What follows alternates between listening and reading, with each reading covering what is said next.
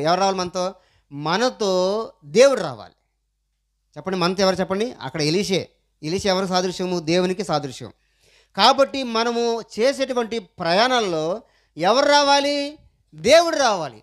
మనం స్కూల్కి వెళ్ళేటప్పుడు ఎవరు రావాలి? దేవుడు రావాలి. మన కాలేజీకి వెళ్ళేటప్పుడు ఎవరు రావాలి? దేవుడు రావాలి. మనం షాపింగ్ మాల్కి వెళ్ళేటప్పుడు ఎవరు రావాలి? దేవుడు రావాలి. మనం ప్రయాణం చేసినప్పుడు ఎవరు రావాలి? దేవుడు రావాలి. దేవుడు కనుక మనతో వస్తే మనం ఎలా ఉంటుంది చెప్పండి? బుద్ధిగా ఉంటాం. అందరూ వెళ్ళిపోతున్నాం. ఒక సేవకుడు ఏమన్నాడు? పనివాడు, అయ్యా నువ్వు వస్తే మాకు మంచిది, నువ్వు రావాలని బలవంతం చేశాడు, కోరుకున్నాడు.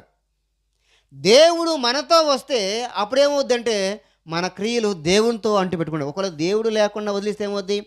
వాళ్ళు మరణానికి వెళ్ళినట్టుగానే మనం కూడా మరణానికి వెళ్తాం. అలా కాకుండా సాక్షాత్తు దేవుణ్ణి వెంటబడి తీసుకెళ్తే ఏమవుద్ది? మరణం ఉండదు. దేవుడు మనతో ఉంటే మరణం ఉంటుంది చెప్పండి? దేవుడు ఉంటే ఉంటుందా? దేవుడు ఉన్న చోట